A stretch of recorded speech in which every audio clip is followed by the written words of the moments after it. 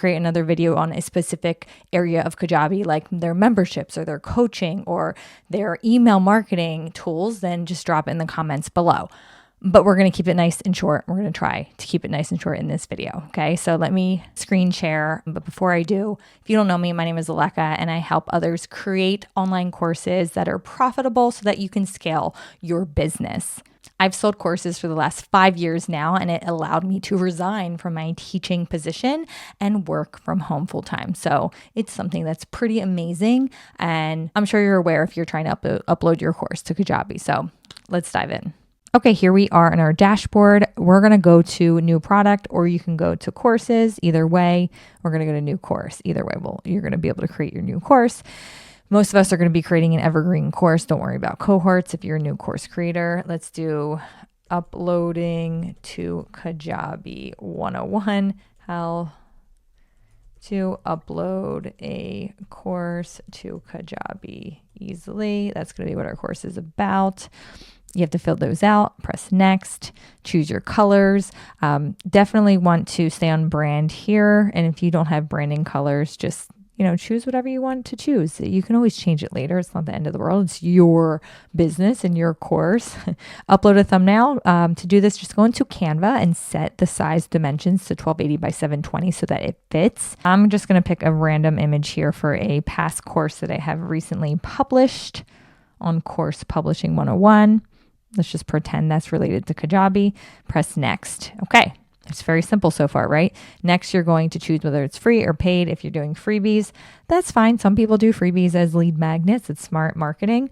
If you are wanting to, if this is your paid course, let's find, the price. What are we going to do? We're going to do one-time payment. We're going to do payment plans.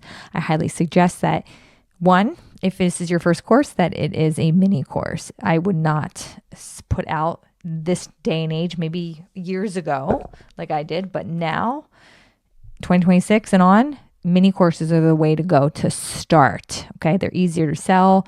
They will help build your community. They're less overwhelming for you and the student.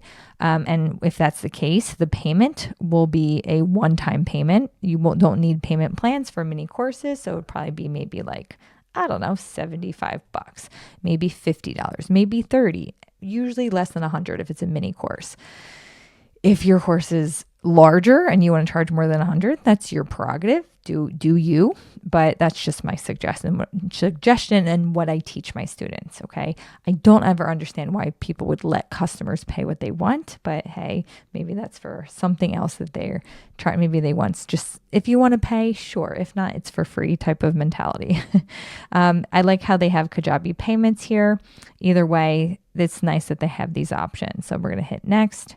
So here we are in the curriculum outline section, and we're going to start with module 1. And you can see module 1 because you can see the rectangular grid here.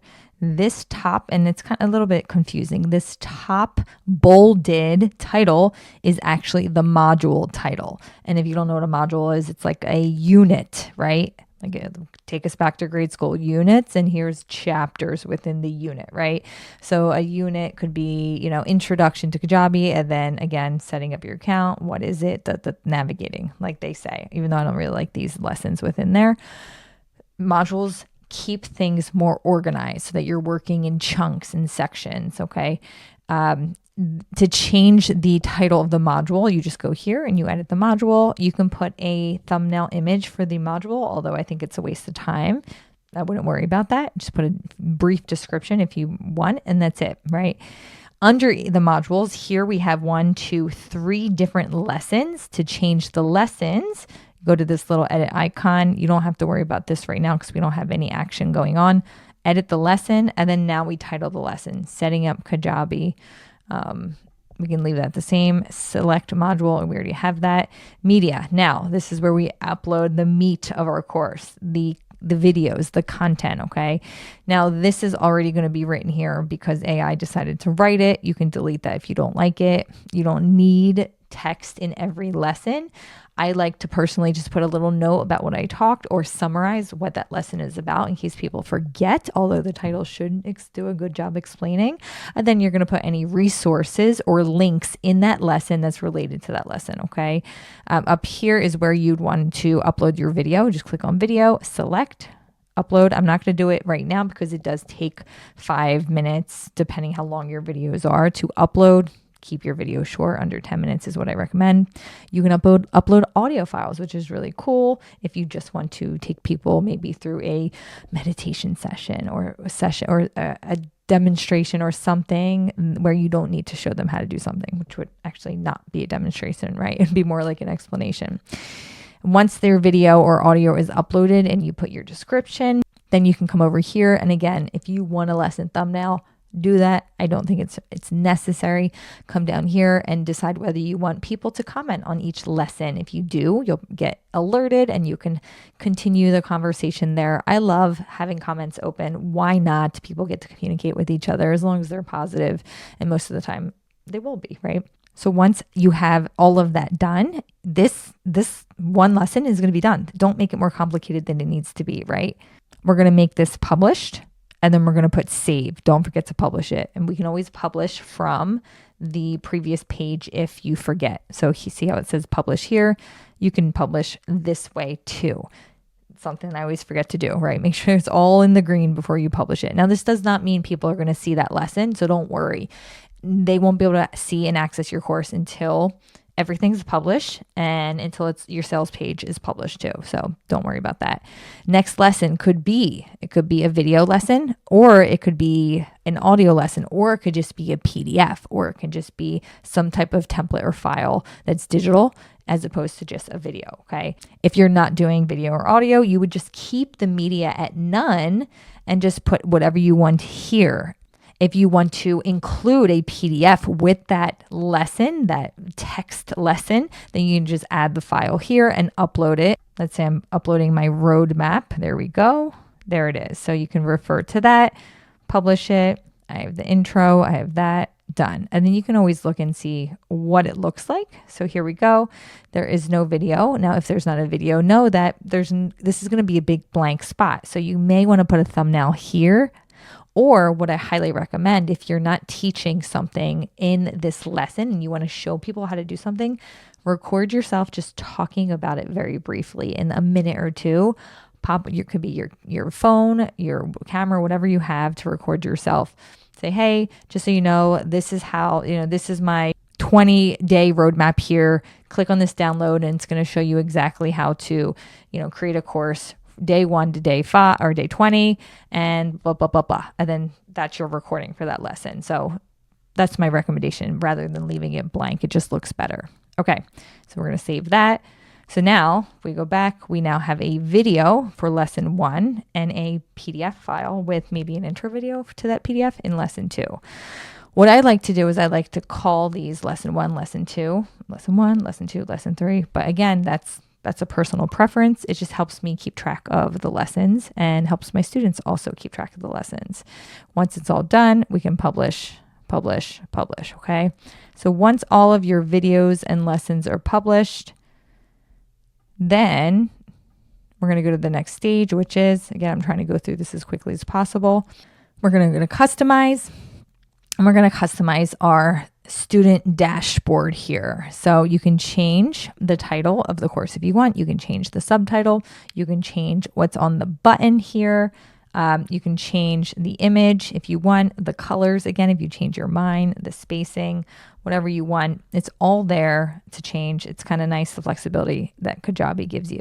This is what students will look. This is the layout. You can even customize the search bar color.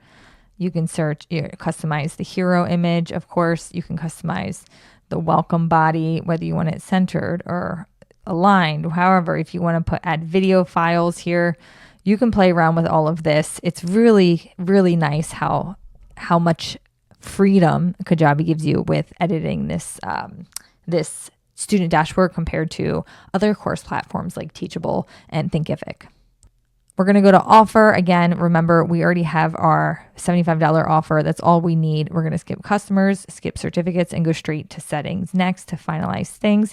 Make sure everything looks the way we want it to look. Now, there is a paywall here. And if you don't know what the paywall is, it's basically if you want people to access more information, more lessons, more content, they have to pay to access that content, which is kind of a neat feature that the other course platforms that I mentioned don't offer. And I'll show you what it looks like right here. If you go back to the outline, it's right here. Do you see the paywall? So if I expand this, once they get through this course, they're going to hit this paywall and it's going to say, hey, like to access this, you're going to have to pay. I mean, if you give them enough content so that they get what they get for what they paid for, and then that's extra bonus, sure, that's a nice little feature, right? And while they're in the learning mode and you already got them under your teaching spell, they're probably more likely to buy. So that's a nice feature. If you don't like it, you can just turn it off.